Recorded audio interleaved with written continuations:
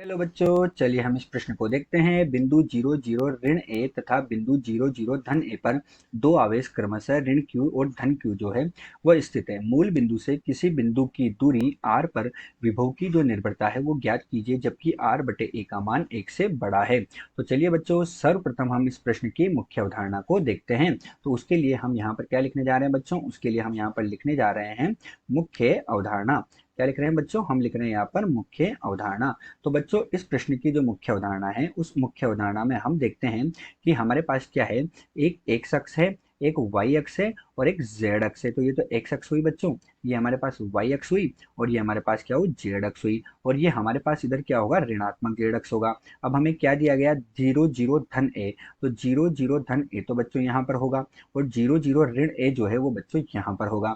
और हमें क्या कहा गया कि इस पर तो धन क्यू आवेश रखा है और इस पर क्या रखा है, ऋण क्यू आवेश रखा है। तो बच्चों अब क्या हो रहा है, एक जगह तो ऋण क्यू आवेश है और एक जगह धन क्यू आवेश है। तो इस स्थिति में क्या होगा, यहाँ पर एक विद्युत द्विध्रुव का निर्माण होगा। ऋण क्यू से धन क्यू की ओर उसकी दिशा होती है। तो ये हमारे पास पी सदिश और ये क्या है, हमारे पास विद्युत द्विध्रुव है। और इनके दोनों के बीच की दूरी हमारे पास कितनी है, 2a है। यही बच्चों इस प्रश्न की मुख्य अवधारणा है।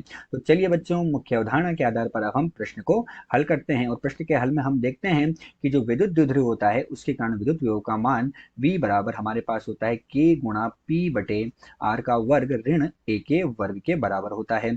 जहां हमारे पास p क्या होता है, जहां हमारे पास p तो होता है विद्युत द्विध्रुव, है ना। p किसको दिखाता है, p ही तो हमारे विद्युत द्विध्रुव होता है बच्चों। k हमारे पास क्या है, k हमारे पास एक नियतांक होता है। तो k हमारे पास क्या हुआ बच्चों, k एक नियतांक हो गया। r त्रिज्या हो गई और a उन दोनों के बीच की दूरी हो गई। अब प्रश्न में हमें क्या दिया गया है कि r बटे a जो है वो 1 से काफी बड़ा है, अर्थात हमारे पास r a से बड़ा है।